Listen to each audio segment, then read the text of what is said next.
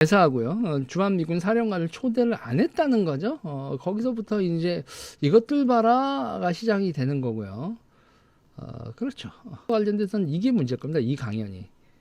야, 다행이다. 여기 찬스다. 이런 생각을 하게 됐습니다. 전 세계에서 미군이 해외 주둔을 한 거는 미군이 전 세계 군사 전력 때문에 그 분쟁 지역에 가까이 자기들이 배치해 놓은 자기들 필요에 의해서 하고 있는 거죠. 전 세계적으로 주둔비를 받는 거는 일본하고 한국밖에 없대요. 독일은 자기들이 다 돈 내고 있죠. 독일이 10년 지나면 너 나가 그럴까봐 전전긍긍하고 있죠. 왜냐하면 사실 외국 군대가 주둔한다고 하는 것은 사실은 군사 주권에 관한 문제입니다. 그런데 이 한반도에 미군이 주둔하고 있는데 오늘이 아니라 8년 전이에요. 8년 전. 사실은 신속 기동군이라고 해가지고 북한을 방어하기 위한 미군이 아닙니다. 이 근처에 분쟁이 발생할 경우 그쪽을 지원하기 위해서 주둔하고 있는 개념으로 바뀌어 있어요. 여기는 그냥 주둔지 이야기예요. 북한을 막기 위해서 있는 게 아니고 그거는 여기 있을 동안에 그냥 한번 해보는 거죠. 왜냐하면 세계도 공격하니까. 그 성격도 그렇고 두 번째는 북한을 막기 위한 게 자기들 세계 전략 때문에 와 있으니까 사실은 우리 입장에서는 우리가 방위에 조금의 이익을 보는 게 있긴 하지만 그 이익 보는 만큼만 하고 자기들 이익을 위해서 우리가 엄청난 공간을 제공하고 있잖아요. 그 돈 받아야지 우리가. 이모사. 주둔비를 우리가 받아야 되는 거 아니에요?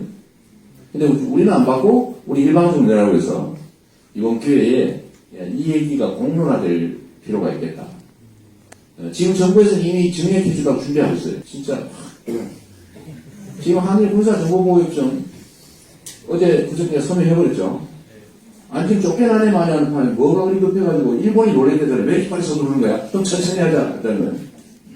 근데 아니야 빨리 줄 때 받아 막 이런 거 같아요. 보니까 도둑놈이 훔치다 보니까 막 간 밖으로 뭐 던져주는 거 있잖아. 야 가자. 뭐 여러분 이 정도 얘기인데요. 뭐 길게 하면 뭐 한 16분 정도 했었던 이게 부천시청 강연이에요. 그때 이제 8년 전에 지소미아 협정하고 이럴 때 이제 부천시청에서 성남시장 시절 강연했었던 내용인데 뭐 주한미군 나가면 나가라. 우리 지켜주려고 하고 있는 게 아니라 미국 세계 전략상에 있는 건데 우리한테 돈을 내야지. 뭘 그러냐 이런 식으로 얘기하는 거예요. 그걸 이번 대선 때는 미군이 한반도에 진지하는 이유는 오로지 대한민국을 위해서 대한민국의 국익 이익을 위해 지키는 안보를 지키는 선의 시혜로 하는 일만은 아니죠. 동맹으로서의 역할 분담도 있겠지만 미국의 세계 전략 특히 동북아 전략에 밀접한 관련이 있지 않습니까? 이런 얘기를 하는 거죠. 여러분 일단은 그런 얘기 해볼까요? 미국의 세계 전략이 뭐예요? 그 2차 세계대전 끝나고 난 다음에 우리가 이제 브레튼 우주 체제다 뭐 항행의 자유다 여러 가지 얘기를 하잖아요. 그럼 우리의 일반 실생활하고 여러분 생각을 해보자고요. 제일 중요한 거 우리 삶에서 제일 중요한 게 뭐냐 이렇게 물어보면 여러 가지 뭐 가족 행복 여러 가지가 나오겠지만 돈입니다. 돈이 세상에서 제일 중요해. 그 돈 어디서 나와요? 그 돈이 어디서 나오냐? 어디서 나오죠? 한국은행에서 나와요? No. 미국 연준에서 나오는 겁니다. 세상의 돈은요, 여러분, 미국 연준에서 나오는 거예요. 패권국이요. 그러니까 스페인이 패권을 잡은 이후로 기본적으로 패권국은 돈 찍어내는 데야.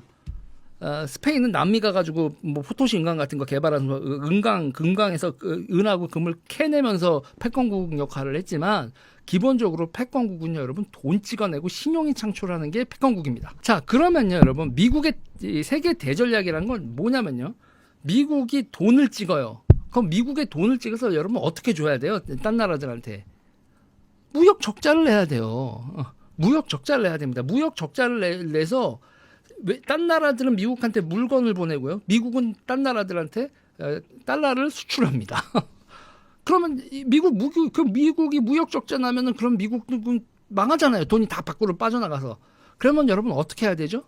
밖으로 빠져나간 돈이 다시 미국이 채권을 팔게 내지는 금융 있죠. 금융을 통해서 채권을 판매하거나 아니면 투자를 하거나 주식을 사거나 뭐 이런 식으로 그래도 경상 수지도 무역 수지도 두 개 다 계속 적자를 내지만 그래도 미국은 세상에서 계속 그 마르지 않는 금광 역할을 하면서 계속 돈을 내보내고 그게 다시 환류가 돼서 미국으로 투자가 됐든 혹은 대한민국 부자들 여러분 어디로 갑니까? 돈 싸들고 미국으로 가볼까? 미국에 본인이 아닌 데를 미국에 투자할까? 주식을 살까? 미국 주식은 여러분 계속 우상향하죠. 그 미국이 돈을 찍어낸 건 다시 미국으로 계속 돌아오는 시스템으로 가지고 있어요. 돈에 대해서 미국이 돈을 찍고 다시 그 돈이 세계로 흘러 들어가서 물건도 결국은 돌고 돌아 물건도 미국으로 향해서 미국이 제일 부자 나라고 그 다음에 금융으로도 계속 돈이 환류가 되는 이게 패권국 미국의 세계 질서입니다. 트래핀의 딜레마 같지만 그게 이제 기본적이고요. 중국은 가장 결정적으로 문제가 뭐냐면 패권국은 하고 싶은데 무역 적자는 내기 싫어요.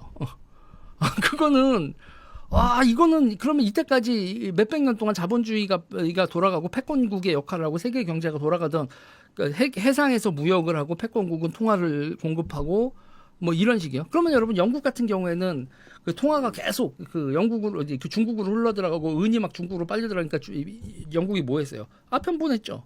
아편 보내서 중국에 있던 은 다 빼냈었죠. 여러분들의 그 아파트 모기지론 대출 이자율 누가 결정해요? 한국은행이 기준금리를 결정한다고 하지만 한국은행이 기준금리 결정할 때도 미국 FRB 기준금리 따라서 움직이는 거 아닙니까? 세상에 금리를 결정한다는 건 돈의 흐름을 결정한다는 거고 더군다나 돈을 찍어낼 수도 있는 힘을 가지고 있고 세계 패권의 기본입니다. 바다에 대한 통제권, 상품에 대한 통제권을 가지고 있고 금융 네트워크에 대한 통제권을 가지고 있고 거기서 그래서 뭐가 좋은데 돈 찍어내잖아. 세상에 여러분 돈 찍어내는 것만큼 이익이 남는 아무리 여러분 뭐 엔비디아가 마진율이 80% 90% 한다고 해도 돈 찍어내는 것만큼 돈이 많이 남을까?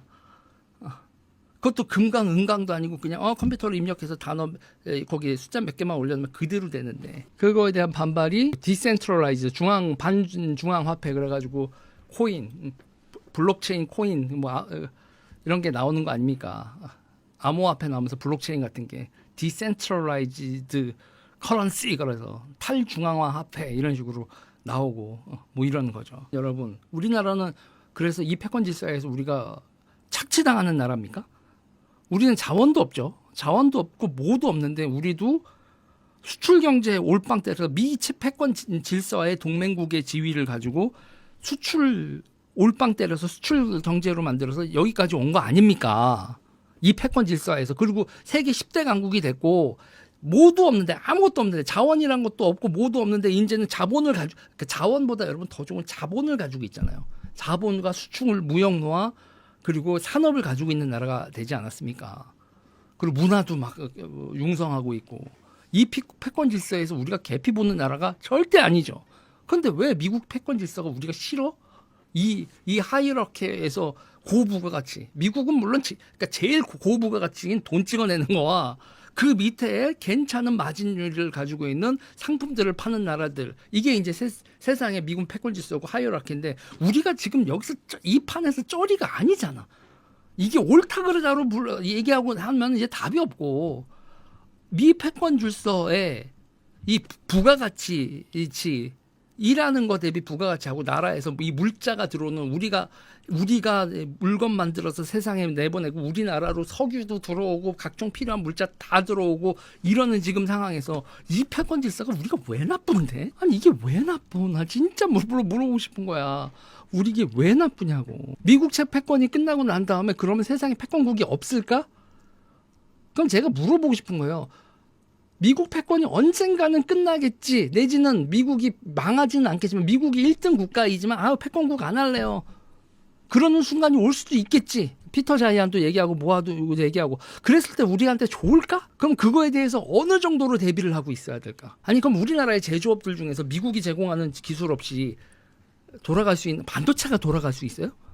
자동차는 조금 얘기가 좀 되기 시작하더만 아니 군수산업이 여러분 우리가 KF-21을 만들 수 있어요? 미국 기술 없이? 미국이 기술 안 줘가지고 A사 레이더 이런 거 만들고 공대공 미사일 만들고 공대지 미사일 만들고 뭐 열심히 하고 있지만 엔진은 아직 못 만들잖아. 엔진까지 만들고 뭐 기타 등 그렇다 쳐. 그래서 우리가 다 만들 수 있다고 쳐. 아니 미국이 수입 제재를 한다. 니네 무기 못 만들어. 한국 무기 못 만들게 수출입 제재해야겠다.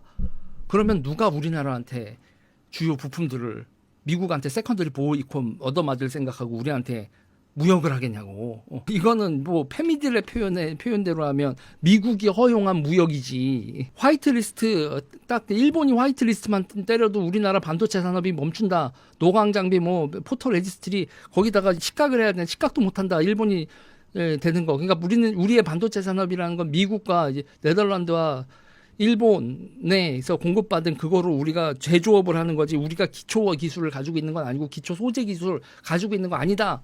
확인했잖아.